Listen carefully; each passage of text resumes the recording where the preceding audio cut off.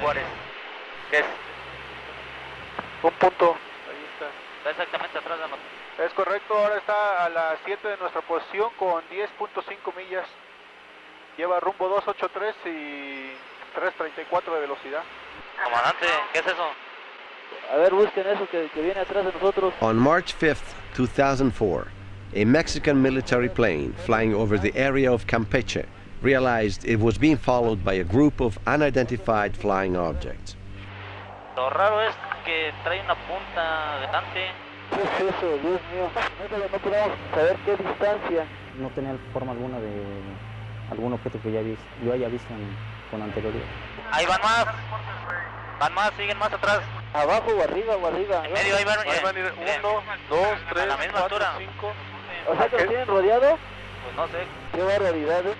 Ahí se van a ver bien. 1, 2, 3, 4, 5, 6, 7, 8 en la pantalla. 9, 10, 11 contando toda la cola. The most interesting thing is that the objects appear in the infrared camera of the plane, but were not visible to the naked eye. Nunca pudimos identificarlo visualmente, a simple vista nunca.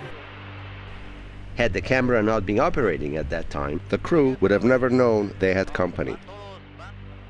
Bueno, dije, no es normal, no es normal. Pero el icono aparecía ahí, estaba en el radar y ahí estaba. The sudden changes in speed indicated that these flying objects used a far more advanced technology than Las ours. ciudades podían estar, no sé, de 60 nudos, incrementarse a 120 o a 220 o a 300 nudos, cosa que pues jamás había visto, ¿no? Mexican authorities chose to make the video available to the public, even though they had no valid explanation for the event. Quite different is the attitude of the American government, which has never officially recognized the existence of flying objects of unknown origin. This has caused a growing wave of former military and civilian pilots, air controllers, and even former astronauts who accuse the Pentagon of hiding the information on UFOs they have apparently been collecting for over 50 years. Good evening. We begin with shocking allegations that UFOs have interfered with missiles at U.S. Air Force bases. On July 2008, some former military officials have revealed that these unidentified flying objects have repeatedly managed to neutralize the nuclear defense system of the United States. In 5 different states, they also claim a cover-up. There are hundreds of declassified documents which indicate that UFOs have demonstrated a distinct and ongoing interest in our nuclear weapons sites. This is very widespread. What you're seeing here this evening is the tip of the iceberg. And as I watched, the warhead... In 1964, Lieutenant Robert Jacobs was a U.S. Army cameraman based in Vandenberg, California. While filming a missile test, he saw a flying object enter the frame, destroy the nuclear warhead, and then disappear in the same direction it had come from. And suddenly, in the same direction this stuff was flying at about 8,000 miles an hour. The object came into the frame, shot a beam of light at the warhead, flew up to the top, shot another beam of light at the warhead, flew around the direction it was flying, shot another beam of light at the warhead, and flew out the same way it came in. And the warhead tumbles out of space. The speed of the object, over 8,000 miles an hour, and its capability of changing direction in a matter of seconds brought the military to conclude it was not of terrestrial origin. After seeing the footage, Jacobs' superiors confiscated it and gave it to the CIA. Jacobs was forbidden from mentioning in public what had happened. I said, "We got a UFO." And he said, "Lieutenant, you are never to speak of this again. As far as you're concerned, this didn't happen." Jacobs' testimony is confirmed by Ross Didriksons, who at the time was an Air Force colonel. They actually photographed the UFO following the missile as it climbed into space and shining a beam on it, which neutralized the missile. And this was recorded. It was all hushed up. In 1967, Robert Salas was in charge of the nuclear launching pads in the military base of Maelstrom in Montana. It was the peak of the Cold War, and nuclear missiles were kept constantly on the ready in case of a nuclear attack.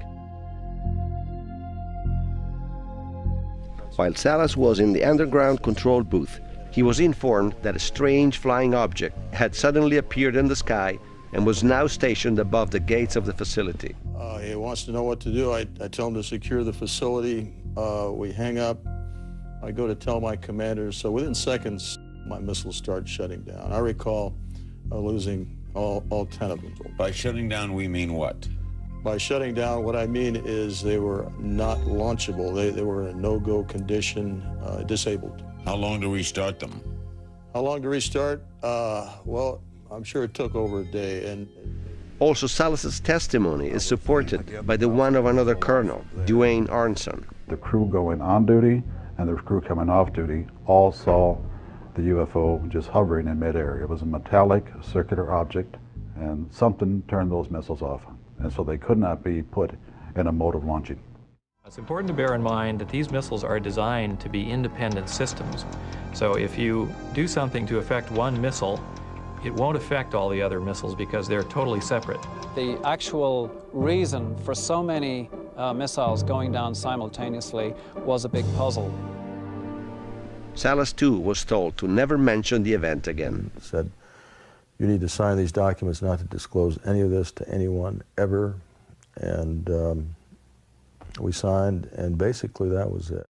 Is the United States government hiding knowledge of UFOs? The war about the truth on UFOs between the American citizens and the military started back in 1947 with the well-known episode of Roswell, which is still at the center of a major controversy today. It is interesting to note that Roswell's Air Force Base housed the very planes that had dropped the atomic bombs on Hiroshima and Nagasaki only 2 years before. During the week of the 4th of July, several people saw a strange flying object crash in a deserted area near the city. First to reach the crash site was Mac Brazel, a rancher who lived and worked nearby. Brazel collected some of the debris but was unable to figure out what it was, so he decided to bring it to the town's sheriff, George Wilcox. The sheriff was just as surprised by this material he had never seen and called the nearby military base. The intelligence officer in charge at the time was Major Jesse Marcel. Marcel went to the crash site and collected a few more pieces of debris. On his way back to the base, he stopped by his home to show them to his son, Jesse Jr. He came back real late one night, about 2 o'clock in the morning, as I recall, very excited because he woke myself, my mother up saying they found parts of a UFO or a flying saucer at that time. And he wanted me to see it because it was such of an unusual type of finding. Another person who saw some of these fragments is Frankie Rowe, the daughter of a local fireman who at the time was 11 years old. When I would wad it up, it was like I had nothing in my hand. I couldn't feel it touching my skin. It was real weird. Drop it on the table and it was just like water, the way it would spread out. On the very evening of the finding, the base commander, Butch Blanchard, announced to the press that the remains of a crashed flying disc had been recovered. The next day, the news was all over America. The Army Air Forces has announced that a flying disc has been found and is now in the possession. Everything was to change dramatically. Jesse Marcel was summoned to the military base of Fort Worth, Texas, which was under the command of General Remy. Here Remy called a press conference in which Jesse Marcel was forced to present some debris from a weather balloon instead of the material he had found in the desert near Roswell. The newspapers immediately published their retraction, and the news of the flying disc was officially considered dead. This is what Jesse Marcel Jr. had to say about this episode. A photograph of the debris that was seen in General Ramey's office at Carswell Air Force Base in Fort Worth, Texas. This is my father holding up what is very obviously parts of radar target with balloon debris. Emphasize this is not what was seen on the floor of our kitchen that evening or that late early morning hours in 1947. This is totally different. Further in life, Jesse Marcel would confess to his son that it had been in fact a cover-up from the military. There obviously was a cover-up of this accident, because years later my dad said he was actually part of the cover-up because he went along with the weather balloon story. Marcel told his son that he had been ordered to present the debris from the weather balloon and was told to never talk again about what he had seen in Roswell. My dad explained to my mother that this was a non-event. Don't even discuss it with your friends. He didn't want me to talk about it, so we did not talk about it. Jesse Marcel never went public on what he had seen in Roswell, but before he died, he gave this interview. There were just fragments strewn all over the area, an area about 3/4 of a mile long and several hundred feet wide. One thing I was certain of, being familiar with all air activities, that it was not a weather balloon, nor an aircraft, nor a missile. It was something else, of which we didn't know what it was. Requests for information from all over the world, and they kept telling everybody that the crashed object was not of terrestrial origin. There was a tremendous amount of excitement because here I am, a little country editor in a small city in New Mexico, talking to Paris and Rome and London and Tokyo, and I can't remember all of them. At that point, Roswell was hit by a wave of threats from the military authorities, directed against anyone who appeared to have some information about the incident. Frank Joyce had been among the first to break the news over the local radio station. There was a young lady on the line saying, "Colonel so-and-so, this is the Pentagon calling." And the voice on the line says, "Did you put that story on the air about the flying saucers?" And I mean, his voice was, you know, the type that really conveys menace and power. And I said, "Yes, I did." And he says, "You're going to get in a lot of trouble for this," or made some threatening comment. And I said, "Look, I'm a civilian. You can't tell me what to do in stories I put on the air." And he says, "I'll show you what I can do." And bang, hung up the phone. Soon after, the owner of the radio station for which Joyce worked received a phone call from Washington. I got a call from Washington saying, "Look, if you put out any stories on this thing, you're going to lose your license. And it's not going to be over a period of time. It's going to be the same day that we tell you that you're off the air." Also, Frankie Rove's family received an unpleasant visit from a military who did not identify himself. He had this club or stick or whatever it was, and he was beating it on his hand. And he would hit it. Every time he would say something, he'd hit his hand. Despite the efforts to cover everything up, the rumor of the flying saucer kept circulating all over the place. The military then changed the official version for the second time, and they said the object was a secret weapon composed by a weather balloon and a disc-shaped flying machine. But it was too late, and the flying saucer fever was already spreading across America. Hundreds of sightings were being reported from all across the country. Specialized publications flooded the market, and clubs of UFO believers were being born by the day. More and more people came forth, maintaining that they had seen flying saucers and claiming that soon the American government would have officially announced the existence of visitors from other planets.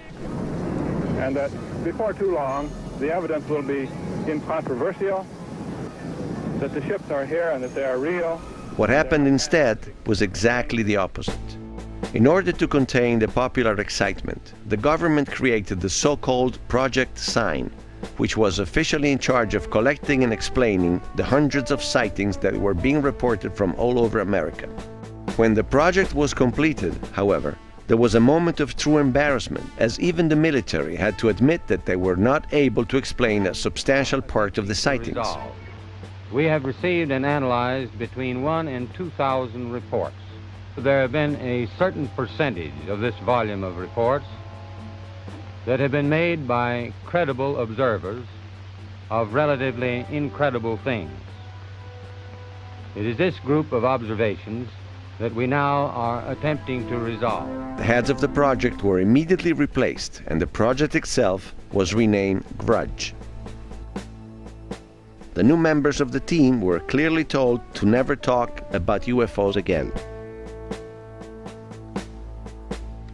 Headed by Major Quintanilla, Grudge appeared after every sighting and immediately offered an explanation of terrestrial nature for each case reported. After 3 professors from Ohio had photographed this formation of shining globes in the sky, Grudge explained that it was a flock of birds reflecting the light from the city underneath.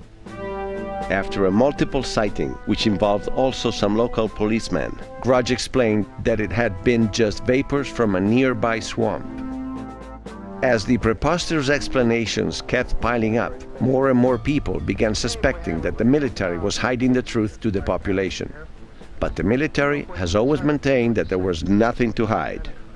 The Air Force has been accused from time to time of hiding information about the UFO. What do you have to say to that, Colonel Taffy? Well, these charges are absolutely untrue, and we've always honored accredited media when they want to investigate a given specific sighting. There's nothing to hide. There's nothing to hide at all. In 1969, Grudge was terminated and published under the more appealing name of Project Blue Book. It listed over 12,000 sightings, the large majority of which was explained by natural phenomena, alleged hallucinations, or by flying crafts of terrestrial origin. But there remained over 700 cases which even the military could not explain. Despite this, the officials from Project Blue Book emphatically declared that there has been no evidence that sightings categorized as unidentified are extraterrestrial vehicles. With this statement, the U.S. military put an official end to their investigations on UFOs. But some internal documents, which were later declassified, told a completely different story. The phenomenon reported, read one of them, is something real and not visionary or fictitious. In an FBI internal memo, we can read, "The flying discs are not the result of Army or Navy experiments." In another Pentagon document is written, "Flying saucers exist.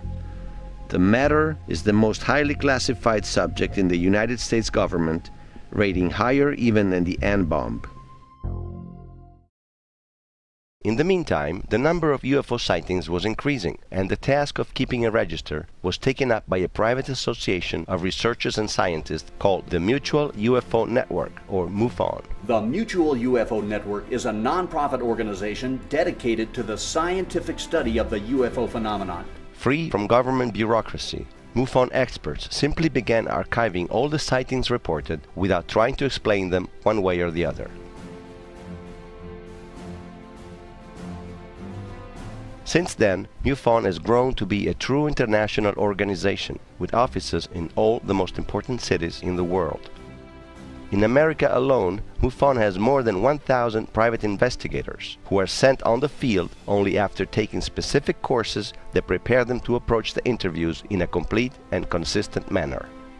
The job of the investigator is not to express an opinion, not to influence witnesses, but basically to keep his mouth shut, listen to what they have to tell him, and put that together in some kind of meaningful form. And you have to have some training to be able to approach the subject in the right way. Once ready, the investigators are given a tape recorder, a photo camera, GPS instruments, and everything they need to thoroughly interview the witnesses of the sightings. All data collected is sent to the central office, where specialized operators analyze the different cases with scientific criteria and discard those that are clearly a fake or suspicious, as well as those that can be explained as natural phenomena of terrestrial origin. The remaining cases are carefully catalogued and archived. Unlike the military, MUFON makes its archives freely available to the public through the internet. This has produced a list of thousands of sightings, all considered legitimate, ranging from 1878 until today.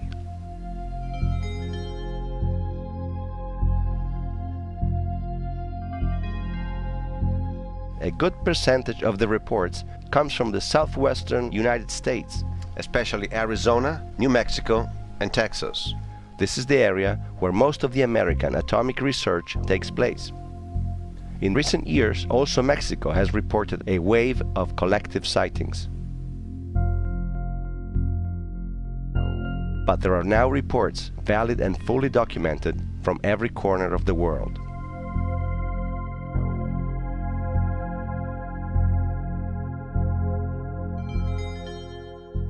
Despite the severe criteria used by MUFON, it's possible that some of these cases are the result of errors or very well done tricks that went undetected. But there are at least as many reports in the last 50 years that defy any possible terrestrial explanation. Take you to Los Angeles and the report of... The first historic case is the so-called Battle of Los Angeles, which took place on the night of February 25th, 1942. Anti-aircraft guns went into action against unidentified aircraft in the Los Angeles area. Around 2 a.m., a huge flying object suddenly appeared over the skies of Los Angeles. The object moved southward, presumably over Huntington Park. It had been only 3 months since the United States had entered World War II. And immediately everyone believed the city was being attacked by some strange Japanese craft. By 3:30 a.m., observers said the object... But the mysterious object, which moved extremely slowly across the sky, revealed absolutely invulnerable to the anti-craft artillery. Shells frequently could be seen bursting near the object, but none appeared to hit it. More than 1,700 rounds of heavy artillery were fired against the flying object in less than 20 minutes. But the only damage registered was among the population due to the metallic debris falling from the sky. The shooting brought warfare to the front door of this... 3 people died and a dozen more were wounded, while the flying object slowly disappeared into the night without having dropped a single bomb over the city. Approximately 20 minutes after the firing died down, the ship returned and headed westward from Long Beach toward Santa Monica. Then the ship disappeared for the second time over the ocean. Another famous case is the Lubbock Lights, which dates back to 1952. Hundreds of people reported multiple sightings of a strange formation of lights which repeatedly crossed the skies of the small Texas town. A group of professors managed to snap a few shots of the formation during the last passage.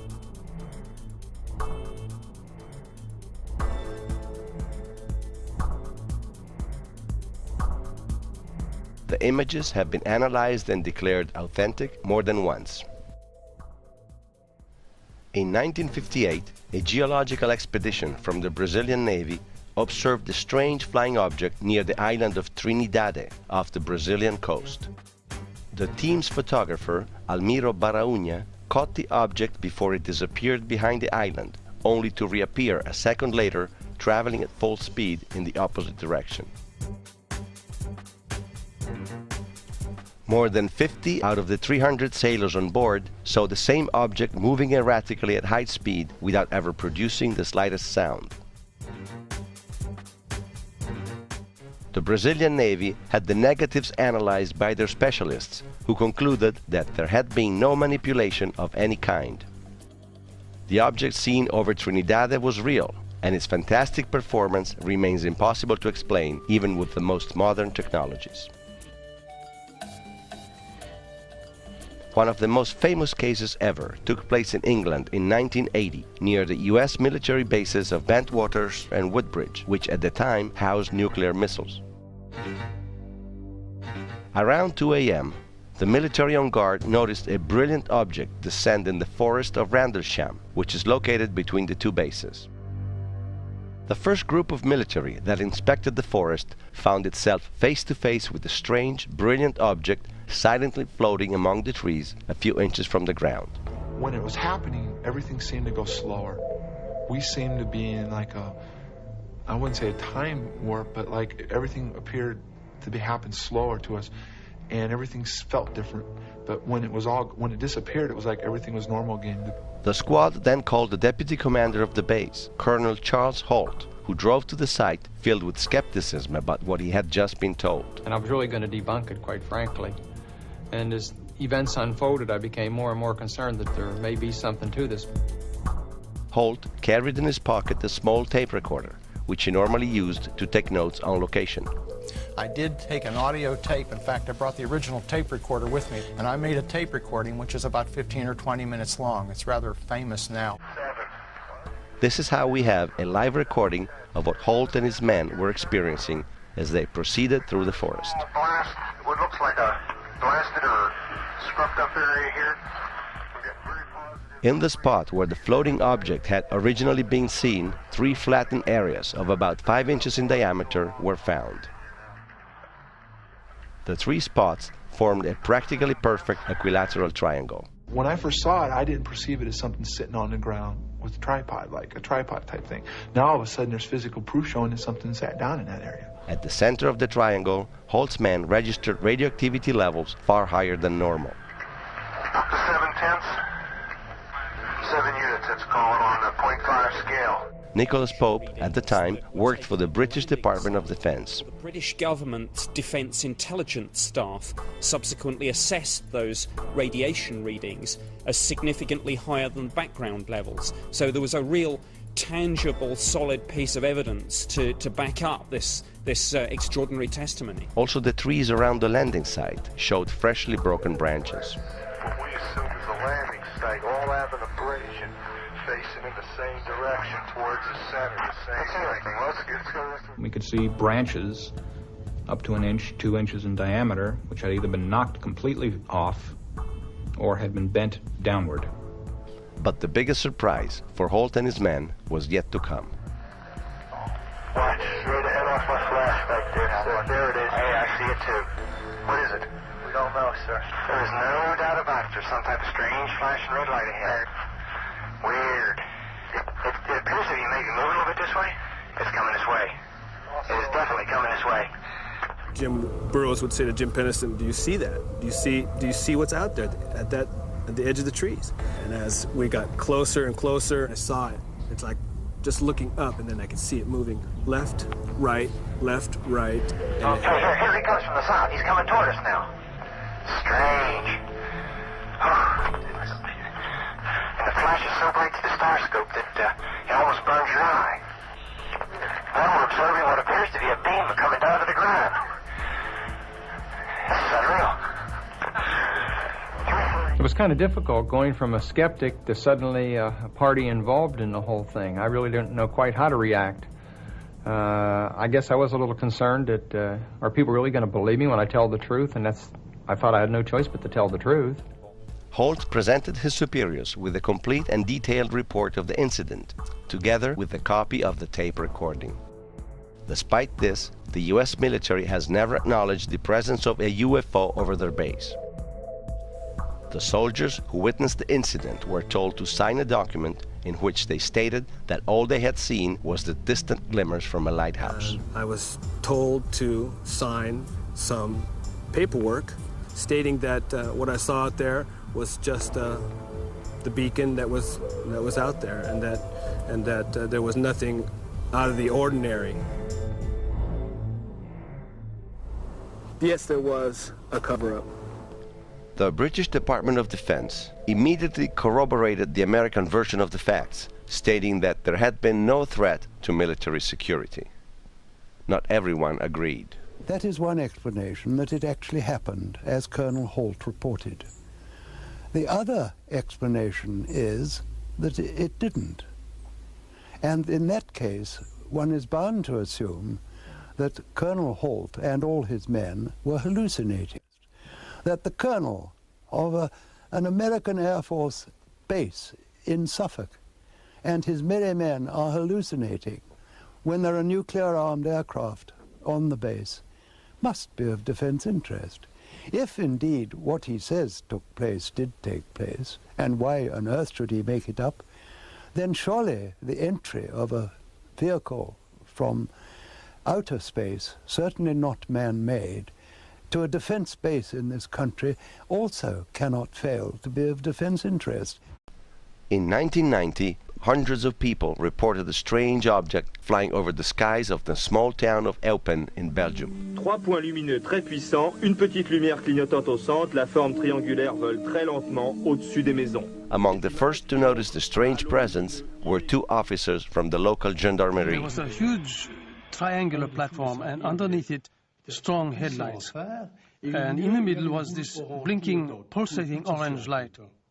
The whole thing was floating in the air. The same object was later seen by a different group of officers. We had no explanation for what it might be, but it was real, and it was above us. The flying object was also seen by the NATO military radars covering the area. We phoned to other civilian and military radar sites, and they had precisely the same echo at the same place. The Air Force went on the chase, but the flying object started performing such maneuvers that it made it impossible for the jets to even approach it.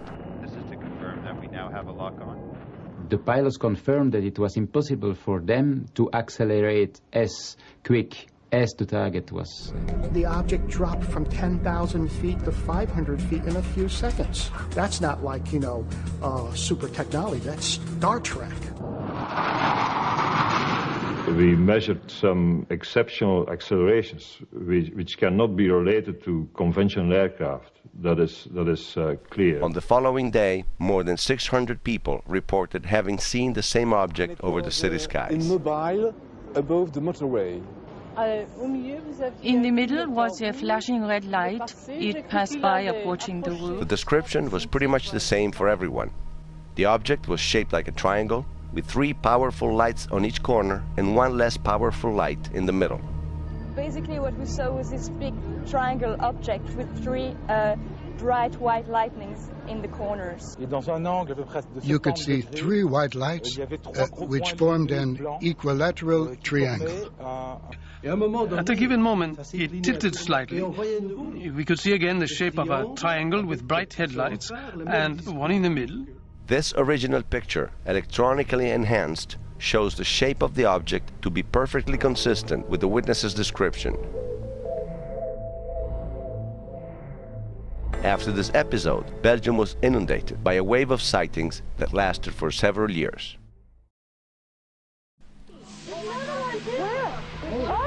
The most famous case of collective sighting is certainly the Phoenix Lights, which took place in 1997 in Phoenix, Arizona. Weird happenings in the skies over Phoenix recently. And no one seems to be able to explain what it was. And now thousands of Arizonans reported seeing a triangular shape. Over 10,000 people saw a formation of powerful lights float silently over the skies before disappearing into the night. This didn't look like anything I'd ever seen in my life. Many investigators call it the largest sighting ever, lasting the longest amount of time, seen by the largest number of people. There are also many amateur videos that portray the same event. Dude, they're all like little circles. But it's like they're hovering. Dude, we got a telescope. Where's the telescope at? I'm going to get the telescope. So strange. Oh my god, it's the weirdest thing. It's the weirdest thing I've ever seen. So weird, it's just hovering. Some witnesses said that the lights belonged to a huge V-shaped object which floated for a long time over the valley without ever producing the slightest sound. It was a giant V, all right? And the right side of the V went over us. The left side was like a couple blocks over. And as it's moving, it's blocking and unblocking the stars. There is actually a shape. The object we saw, if we opened up a newspaper, you could not block out the object that we saw. Because of the V-shape, someone suggested it could have been a B-52 bomber from the US Air Force. B-52s, however, are not equipped with that kind of lights. They are anything but silent, and above all, they cannot stay afloat in the sky. My response was we could land all 40 of our B-2 bombers on the wing of that craft. These are the proportions between a Boeing 727 and the object described by dozens of witnesses in Phoenix. To me, the most shocking thing was the silence. I was like, how can this huge object in the air that was the size of, I compare it to 2 cruise ships almost. It was like a city in the air, not make any sound. It was just, As popular pressure kept growing, the state governor, Fife Symington, promised an in-depth investigation on the sightings. And now I'll ask Officer Stein and his colleagues. He later called a press conference and announced to have found the solution to the enigma. Don't get him too close to me, please. But it was just a joke, meant to diffuse the overwhelming pressure. Now, this just goes to show that you guys are entirely too serious. Reporters laughed heartily, but the Phoenix people didn't take it very well. I thought it was really disgusting. He was just dismissing everything that these people had seen and said, just like we're all Looney Tunes. Nobody in state, local, federal, military, nobody wanted to talk about it. They didn't want to interview witnesses. They said it didn't happen. They said it didn't concern them. There was one people in Phoenix were not giving up. They just wanted to know what the flying object was. The military then said it was an Air Force drill, in which they had dropped flares of the kind used in action to illuminate the terrain at night.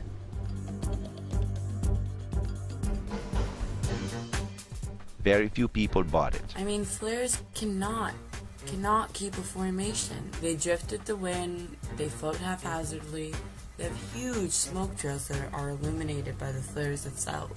The biggest surprise of all came from the governor himself after he concluded his term in office. Once a normal citizen again, Symington confessed he had seen the large spaceship himself. I think it was from another world. I've never seen anything like it, Larry. It was enormous. It was unlike anything I'd ever seen. If you had been here 10 years ago and standing out here and looking up there at the lights and the view, you would have been astounded. You would have been amazed.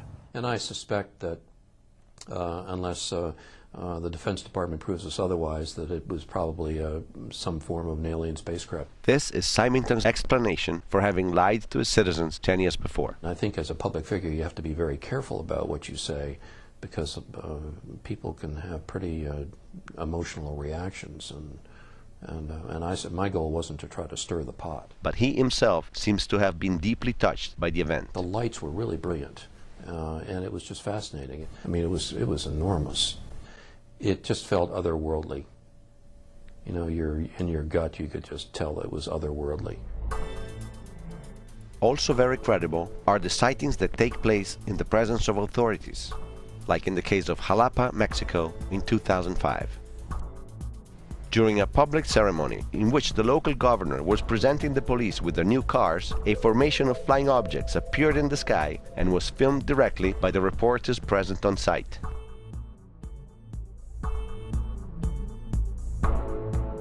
What really made Mexico famous in UFO history is the recurring appearance of true fleets of unidentified flying objects in the last few years.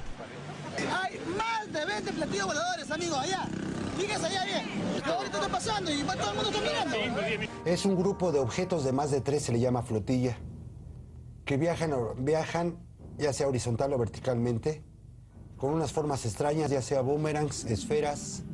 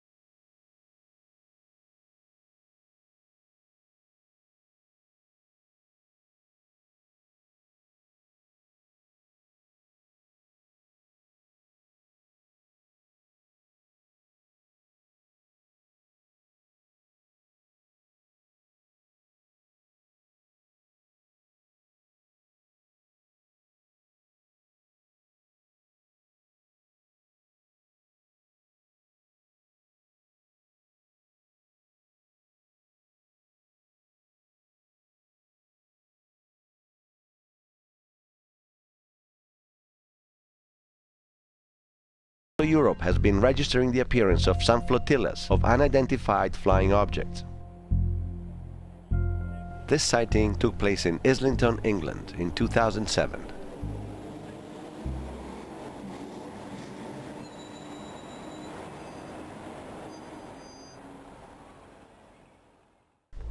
In January 2008, the citizens of Stephenville, Texas, witnessed a series of sightings that no one has yet been able to explain. Among the witnesses was also the county constable, Leroy Gayton. I saw a red glow. It was a fiery red looking color I'd never seen before. Didn't appear to be too far off the ground. It lit up and it faded and it reappeared right next to where I'd first seen it. Steve Allen is a local businessman and a private airplane pilot. And I saw two strobe lights coming towards us at a very high rate of speed.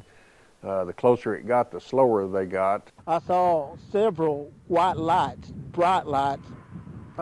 They appeared to be like strobe lights, and they were moving around the sky, not really grouped together. They were pretty far apart, just bouncing around. It passed by. We could see the back side of it had quite a few unusual strobe lights flashing, and they reconfigured to a vertical strobe light scenario, and they turned into a flame, and then it just disappeared. What was so astonishing is the speed that this thing took off. I mean, it took off so fast that it was like... This amateur video seems to confirm the testimony by Leroy Gayton, who has repeatedly spoken about lights dancing in the sky. But they weren't just doing this, they were like just moving, you know. Like a light show? Yeah, similar to a light show. After a while, the flying object seen by Steve Allen flew over in the opposite direction, chased by two military jets. 10 minutes later, the lights reappeared, and that's when we saw the two military jets, and we suppose in pursuit of chasing it, and they headed back east. How fast was this vehicle going? When we first saw it, Larry, I think it was probably running around 2,000 to 3,000 miles an hour. It's hard to judge. Coming at us very fast, but it was gradually slowing down. Like I said, by the time it got into Stephenville, it basically came to a complete stop. The flying object came to a stop right above Ricky Sorrell's, a local farmer who at the time was out in the fields. I was in the process of taking another step when I looked up, and there it was. And this thing was huge. It was so big that I couldn't see the edges through the canopy of the trees. Where did it go, Ricky? Where did this thing go? I was actually watching underneath, and when it took off so fast, if I would have blinked, I would have thought it vanished, but I had my eyes on it, and I know it took off flat at a 45-degree angle. In the following days, the MUFON local offices were inundated with people who wanted to tell their story and wanted to hear the ones of others.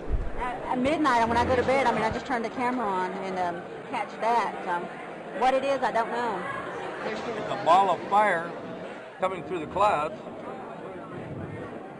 and then the sky did this. Rear end would come over, and then the bottom end would come over, and just kept doing that, head over, and then it would go from left to right, and I believe there's other people out there. We have NASA that explores. They may have a NASA of their sort that explores. I think they're so amazed at us because we're such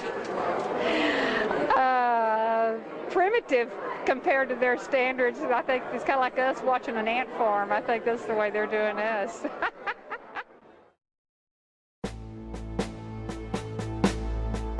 Obviously, the presence of these UFOs doesn't necessarily mean that they are all of extraterrestrial origin.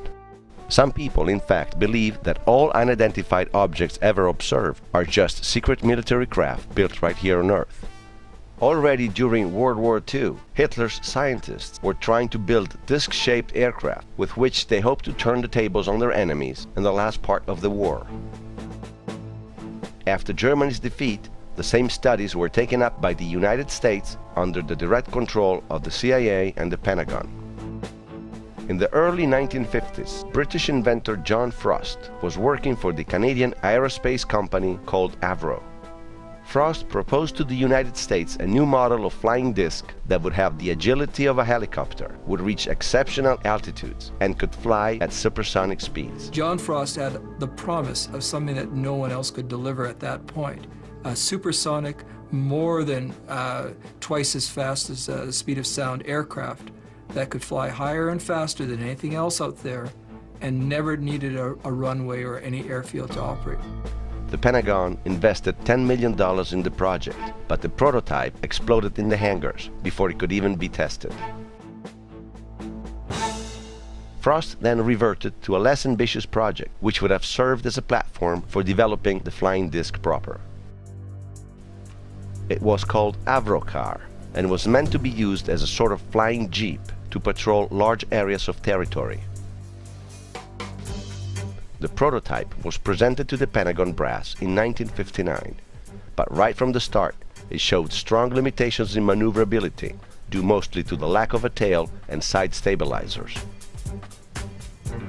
And the biggest challenge that the concept faced was the pitch instability, the aerodynamic center being so far forward of the center of gravity. It's not a good recipe for a happy flight. Further efforts were made to improve the prototype, but ultimately the Pentagon scratched the project and the Avrocar never went into production. In the meantime, there had already been episodes like Trinidad or Lubbock, in which the flying objects had displayed exceptional operating capacities, superior even to modern-day technologies. In the 1960s, the military produced a new series of disc-shaped aircraft that were finally said to be able to fly. Hundreds of fans claim to have seen some of these mysterious objects fly near Area 51 in Nevada.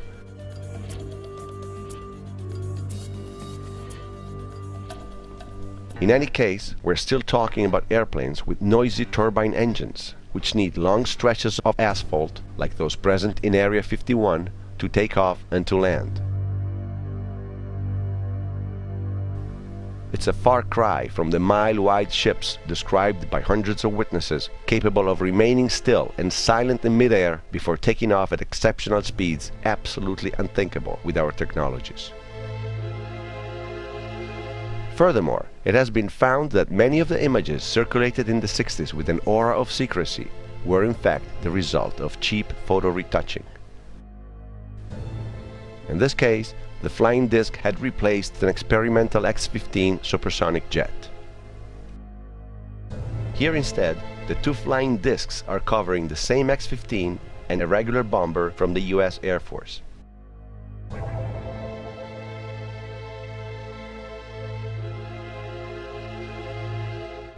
To stress how thin is the probability that all UFOs ever observed are of terrestrial origin, we have the testimonies of many military pilots, like the one of Captain Huertas from the Peruvian Air Force. Oscar Santa María Huertas, y soy oficial piloto. In 1980, says Huertas, a strange flying object was observed by more than 1,800 soldiers floating above the Peruvian base of Arecibo. Mi comandante de unidad me dio la orden de despegar el mi jet Sukhoi 22 para dispararle al objeto esférico, porque estaba en espacio prohibido, sin permiso, y temíamos espionaje. Yo me acerqué al objeto y le disparé 64 obuses de 30 milímetros. Algunos obuses fueron contra el terreno y otros le pegaron de lleno al objeto, pero sin ningún efecto. Los obuses no rebotaron, probablemente fueron absorbidos. La pared de fuego en forma de cono que yo mandé normalmente hubiera destruido cualquier objeto en su camino. El objeto entonces empezó a subir y a alejarse de la base.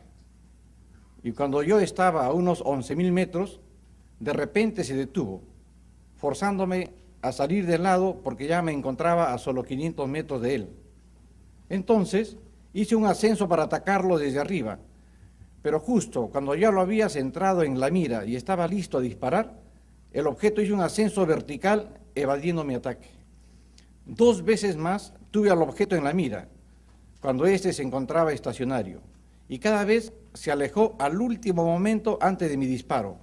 Entonces decidí hacer un ascenso a toda velocidad para ponerme muy por encima del objeto, pero este empezó a subir también y casi en paralelo con mi avión. Cuando sobrepasé los 19.000 metros, el objeto se detuvo. Fue entonces que me acerqué a 100 metros del objeto. Tenía unos 10 metros de diámetro, estaba como esmaltado con una cúpula de color crema sobre una base metálica ancha y circular. No tenía motores, ni escapes, ni ventanas, ni alas o antenas. Carecía de todos los implementos típicos de un avión y sin ningún sistema visible de propulsión. Fue en ese momento que me di cuenta que esto no era un objeto para espiar, sino que era un ovni, algo completamente desconocido. Ya casi no tenía combustible, o sea que ya no podía ni atacar ni maniobrar mi avión, tampoco escaparme a alta velocidad y sentí temor. Quizás este era mi fin. Tuve que planear parte de mi descenso por falta de combustible, haciendo zigzag y siempre viendo por mis espejos retrovisores con la esperanza de que el objeto no me persiguiera. No pasó nada. Después de que aterricé, el objeto permaneció estacionario en el cielo por 2 horas más a la vista de todos en la base. Todavía me da escalofrío cuando me acuerdo. Another group of highly credible witnesses is represented by airline pilots, who often observe unidentified flying objects of exceptional dimensions while traveling along the regular commercial routes. Pilots make especially good UFO witnesses. They know what's normal in the sky and what isn't.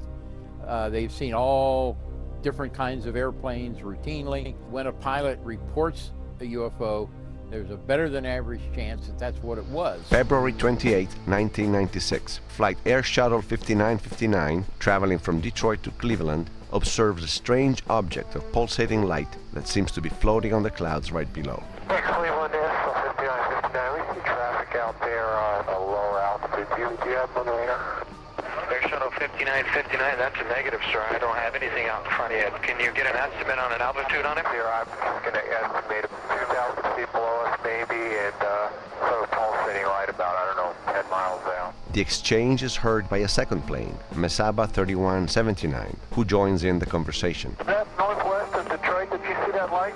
Yeah. Well, that's what I saw, a real bright white light, sometimes flickering underneath the cloud. Air Shuttle 5959, is that traffic that you saw earlier? Do you see him out there any longer? And that's permanent, but it looks like a rotating light around it, like a frisbee type thing, and it's going around it. Well, the Sabbath 3179, would you think it might be like a reflection, maybe perhaps off a beacon that for some reason is just one of those weird things, natural phenomena? Because I got nothing out there. There's definitely a distinct whitish, well, there's looking a little reddish, greenish light sort of pulsating, and it is consonant. It's not a beacon. At this point, the pilot from the first plane decides to descend in altitude in order to observe the object with his own eyes. Shuttle 5959. Just to keep you advised, we're descending to 4,000 feet right now, and as we descended through 10,000 feet, that object is above us right now. It is not on the ground. It's about 10,000 feet. I'll tell you what, that is weird. It's just sitting there pulsating. November 18, 1995. Flight Lufthansa 405 from New York to Frankfurt crosses an unidentified cylindrical object flying in the opposite direction and leaving a thick trail of green smoke behind.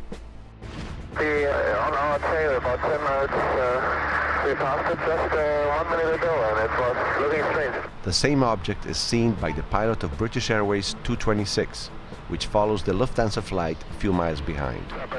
Opposite traffic, 2,000 feet above. That bit of a very strong vapor trail, which looked more like smoke, and the light on the front was very, very bright. And Lufthansa 405, how far off your side did that traffic pass? It was pretty close, and like the speedbird said, it looked like 2,000 or 3,000 feet above on the left wing, just 1 mile, looked like a UFO. A similar incident was registered by flight Swissair 127 in August of the same year. Sir 127, go ahead. Yes, sir. I don't know what it was, but it just overflew like a couple of 100 feet above us. I don't know if it was a rocket or whatever, but incredibly fast, opposite direction. It was too fast to be an airplane. May 26, 1995. The crew from Flight America West 564, traveling from Florida to Nevada, observes a strange object with a series of flashing lights floating still in the skies of Texas. There's nothing on the radars on the other spinners at all on that particular area, that object that's up in the air? It's up in the air? Affirmative. What's the altitude about? I don't know, probably right around 30,000 or so, and it's there's a drill that starts from going counterclockwise, and the length is unbelievable.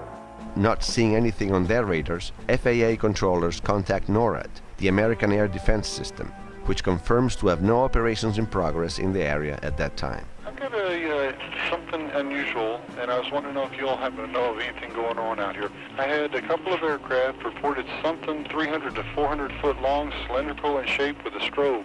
Oh. At 30,000 feet. We don't have anything going on over that I know of. This guy definitely saw it run all the way down the side of the airplane. It's right out of the X-Files. I mean, it's a definite UFO or something like that. After a few minutes, NORAD calls back FAA and confirms the sighting on their radars. Hey, we're tracking a search-only track kind of where that might have happened.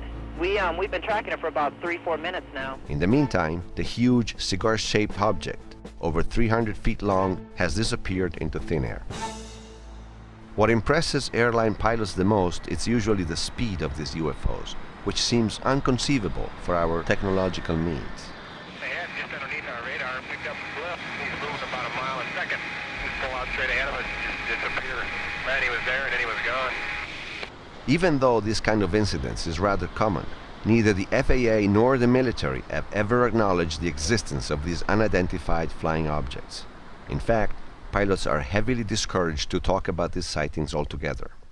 The pilots that had seen things and talked about it, some of them were let go, some of them released from their flying and treated as nutcases and things like that. If you report a UFO sighting to the FAA, you might as well turn in your license the next day. The FAA, the military, even civilian authorities don't want to know about UFOs. What can the reasons be, one wonders, for such a strict, systematic, and obsessive form of secrecy?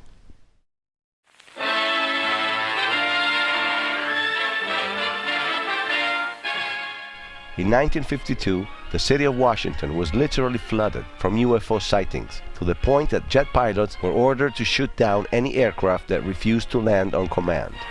Washington, D.C., the capital of our country. But UFOs were always able to elude the chasing jets with great ease. I was 18 years old. UFOs buzzed the Capitol and buzzed the White House on July 19th, 1952. I recorded it in my diary. No one knew what it was. The switchboards lit up. Everybody was confused. A few days later, Truman, who was president then, had General Samford go on television. I have the kinescope, actually, and say, look, they're not ours and they're not Russian. We don't know what they are. We can say that the recent sightings are in no way connected with any secret development by any agency of the United States. The situation had sounded the alarm at the highest levels, and President Truman created a commission called the Robertson Panel, which immediately advised to keep all the new information on UFOs hidden from the population. The Robertson Panel concluded that it was in the best interest of the United States government to suppress media coverage of UFO sightings. In particular, the Robertson Panel suggested that mainstream media should be used to deny any future sighting, while it instructed the media people to cover with ridicule anyone who tried to maintain the existence of extraterrestrial vehicles. For the first time, an official document bore the term debunking, which indicates the activity of those who endeavor to discredit any rumors of conspiracies by the government. The Robertson Panel was followed by the so-called Brookings Report, in which the rationale for keeping the public unaware of the truth on UFOs was somehow explained. The report recalled the infamous radio broadcast by Orson Welles, aired a few years before, in which an imaginary invasion from Mars had been described. Many people had taken the broadcast for real, causing a wave of panic and suicides all across the country. Anthropological files, read the report, contain many examples of societies sure of their place in the universe, which have disintegrated when they had to associate with previously unfamiliar societies espousing different ideas and different life ways. As remarked by this CNN reporter, however, this motivation appears insufficient to justify the extreme level of secrecy that surrounds the UFO phenomenon. This really is a government that doesn't mind scaring us. We still have orange alerts and red alerts, and they scare us all the time. It keeps people in work. So I'm wondering why you think, and you just state that that's the reason and that's it. Was that really the motivation? At the end of World War II, a race to atomic armaments had begun between America and the Soviet Union. And from that moment on, also the Russians began receiving visits from strange unidentified objects. In the beginning, the Americans thought that the unidentified objects in their skies were Russian, while the Russians feared the opposite. But soon both nations realized that they were dealing with far too advanced technologies to be originating from the other superpower. Спонтанно предполагали, что это что-то другое. Американцы думали на русских, русские думали на японцев, но где-то в недрах системы, среди умных людей, что здесь что-то другое, с чем нужно будет нам, и американцам, кстати, и русским, серьезно разбираться. At that time, astronaut Gordon Cooper was a test pilot for the new U-2 recognition planes and was therefore familiar with the most advanced technologies available to the Army. So I knew that we didn't have any vehicles of that kind, and I was 99 9/10% sure that the Russians didn't have any of that type either. Вот тогда начали думать, что здесь действительно что-то есть.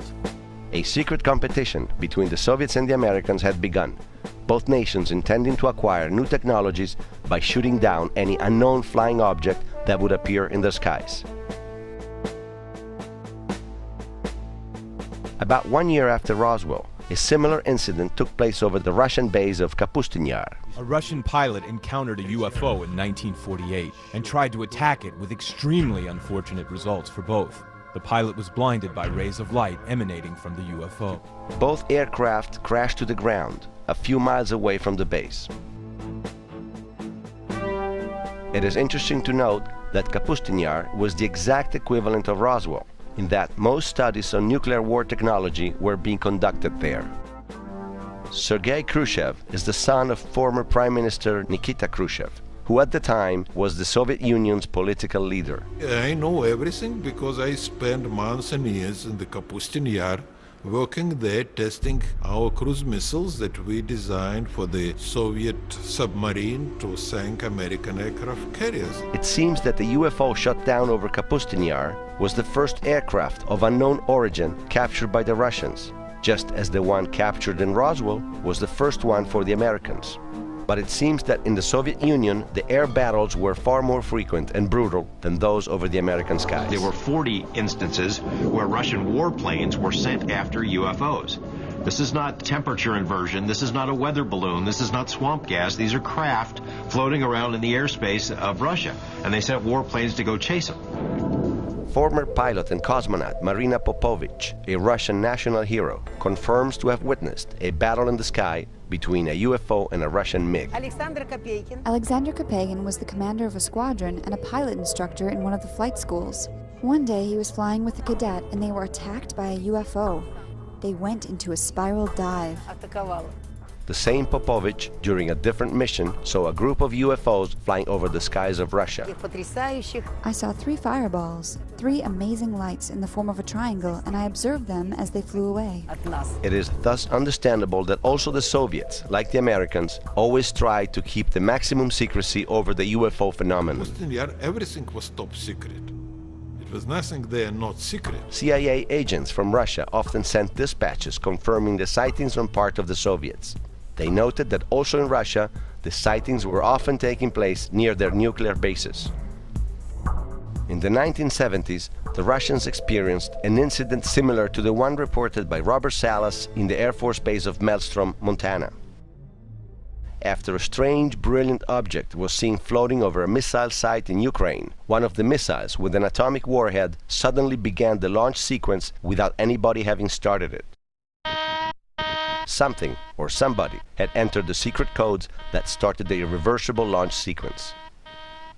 For the longest 15 seconds, the Russians tried to stop the procedure, which would have launched a missile towards a fixed target in the United States, but were unable to do so.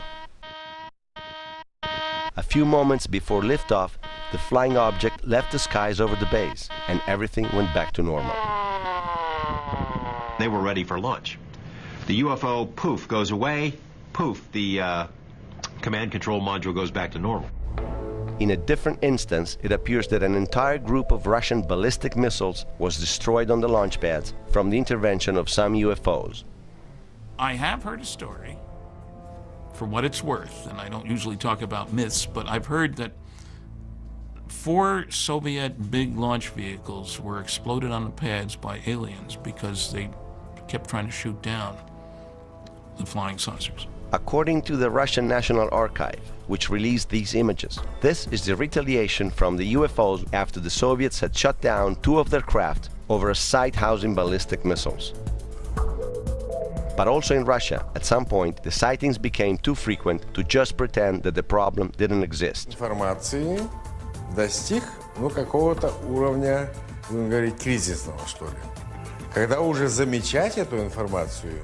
Thus, also the KGB decided to prepare an official report over the sightings, which was in some ways very similar to Project Blue Book. It was called the Blue File and was eventually made public in 1990. The Blue File described over 15,000 cases of sightings, air chases, flying accidents, and shootdowns involving both UFOs and Russian jets. I believe this is not everything the KGB has had in their hands, and I'm not the only one.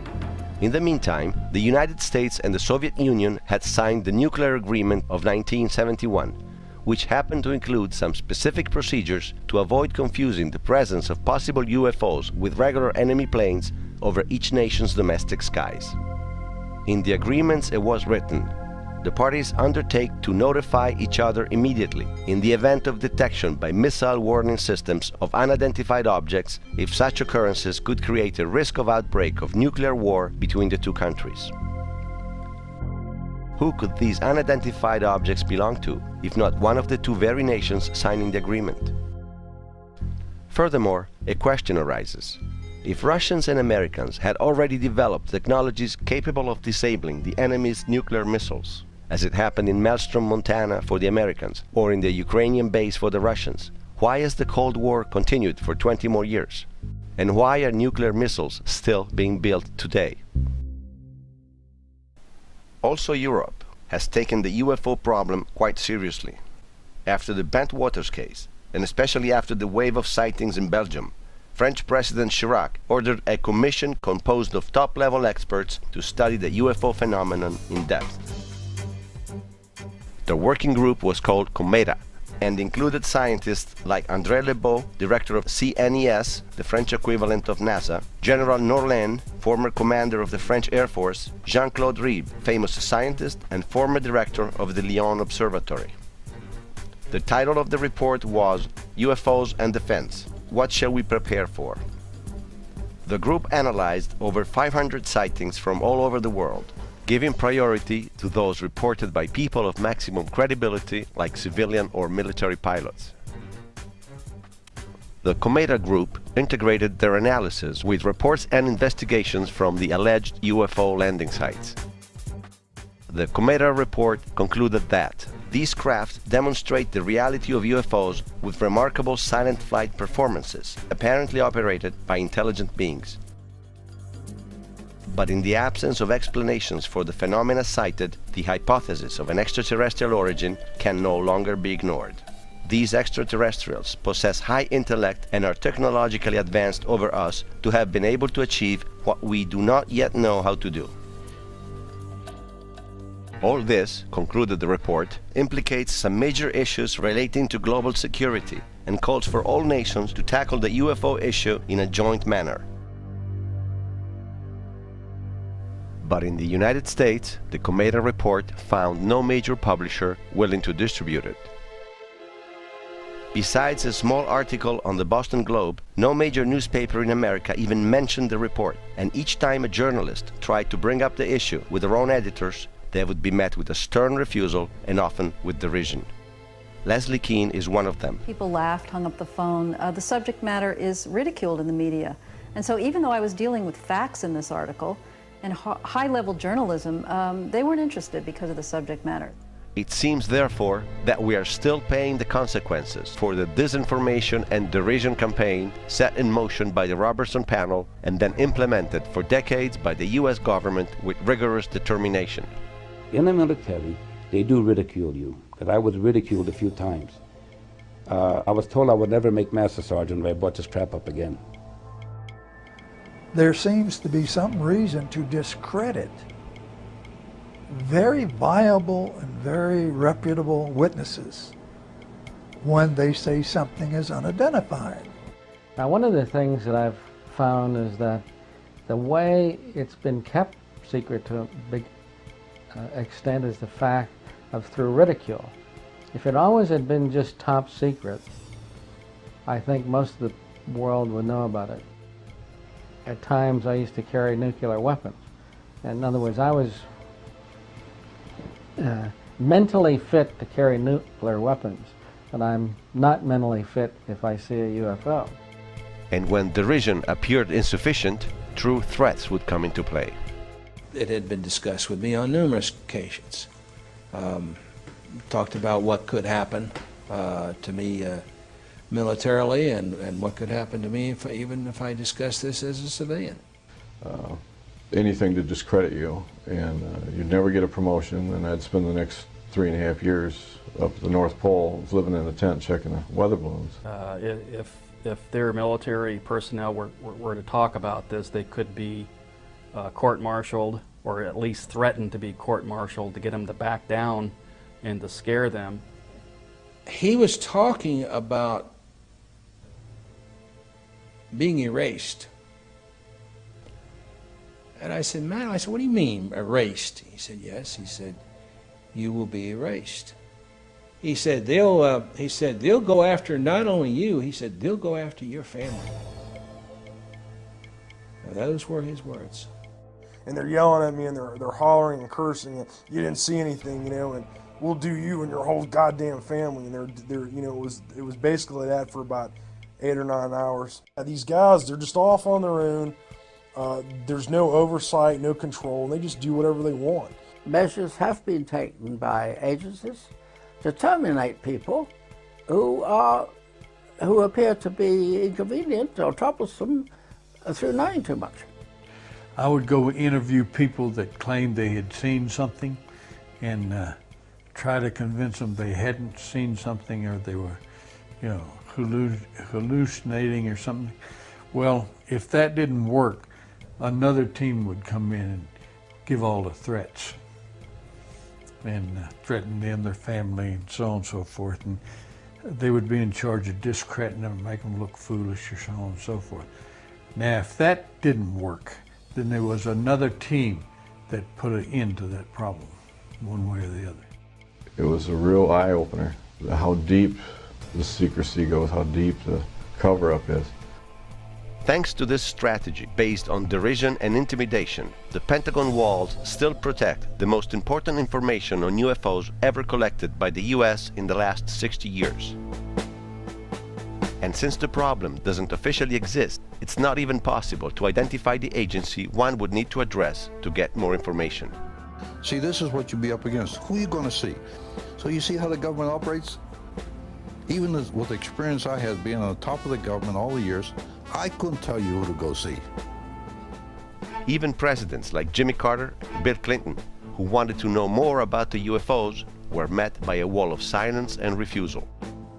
And President Carter, after his inauguration the previous day, called the Director of Central Intelligence in and informed him that the President wanted to have access to the classified documents relating to unidentified flying objects and the potential existence of extraterrestrial intelligence. At that time, the Director of Central Intelligence, George Bush Sr., informed the President that Mr. Bush was not going to release this information to the President. When President Clinton requested all the information available on UFOs, he received this letter from NASA.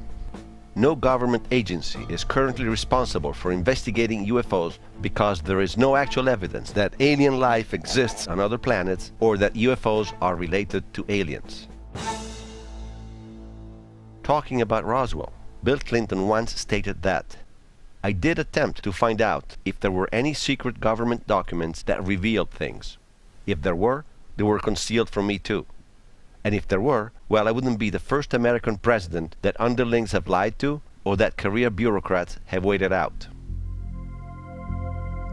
It thus appears to exist an invisible military elite which somehow holds the most important information gathered in the last 60 years about UFOs, which escapes any kind of government control.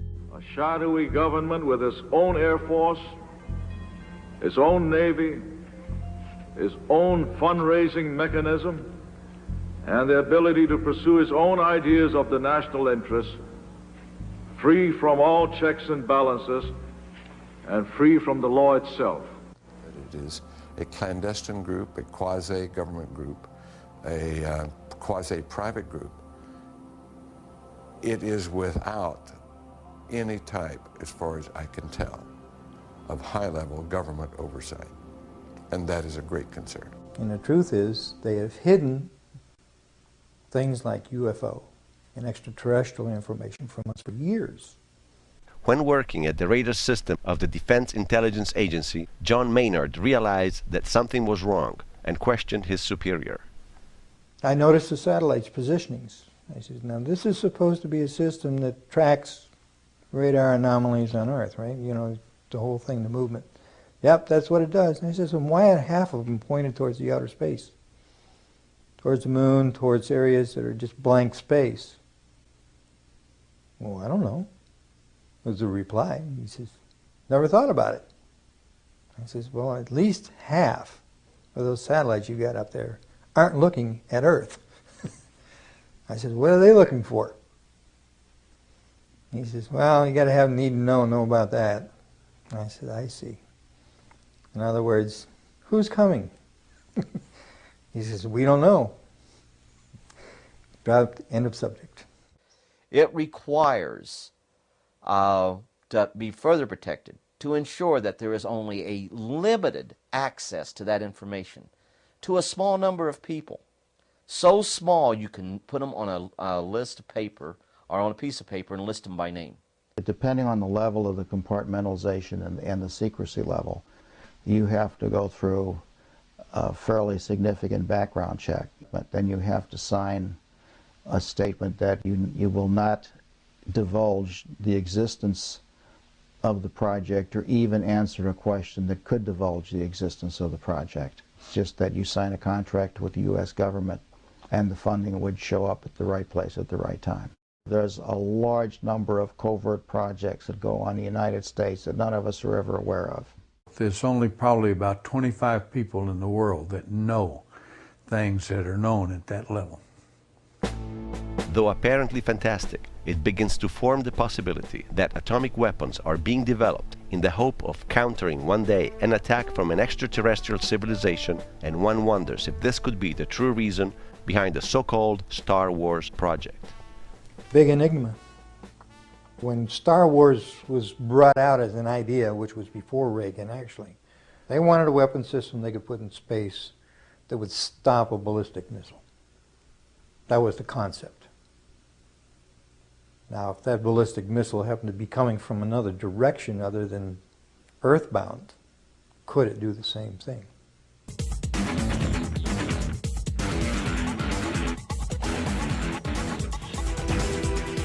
This possible scenario appears absolutely catastrophic, and the chance that somebody believes that we could fight extraterrestrial civilizations with our nuclear weapons places the entire humanity at utmost risk. If beings can travel in time-space, then anything we would put in orbit as a weapon would be like going against Genghis Khan with a firecracker.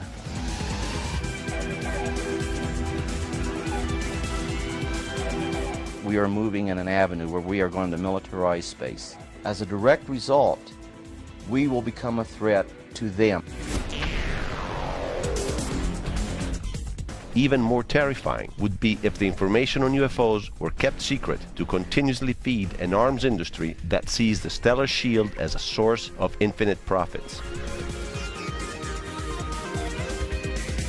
One is reminded of the words that Ronald Reagan pronounced after having met with Russian Prime Minister Mikhail Gorbachev. I couldn't help but say to him, just think how easy his task and mine might be in these meetings that we held if suddenly there was a threat to this world from some other species from another planet. outside in the universe. It must be noted that Reagan repeated the same speech 4 different times, one of which in front of the United Nations. Perhaps we need some outside universal threat. I occasionally think how quickly our differences worldwide would vanish if we were facing an alien threat from outside this world. Humanity is now left with one major question. If extraterrestrials do not exist, how many billions of dollars are being spent to feed the so-called military-industrial complex instead of being diverted into peaceful technologies and innovations which are at this point dramatically needed on our planet? If instead extraterrestrials exist and are capable of penetrating our atmosphere at will, what are the risks of a nuclear confrontation with these unknown entities? And who should be charged with making decisions that could affect the future of the entire humanity? We want the United States government to stop perpetuating the myth that all UFOs can be explained away in down-to-earth and conventional terms. When it comes to events of this nature, dealing with the great unknown, we deserve, I believe, more openness and a serious pursuit of the facts by our government. There is a serious possibility that we are being visited and have been visited for many years by people from outer space, from other civilizations, that it behoves us, in case some of these people in the future or now should turn hostile, to find out who they are, where they come from, and what they want. And I think it's our job to try to find out if there is really something in the air, where it comes from, what the origin is, and what the intentions are.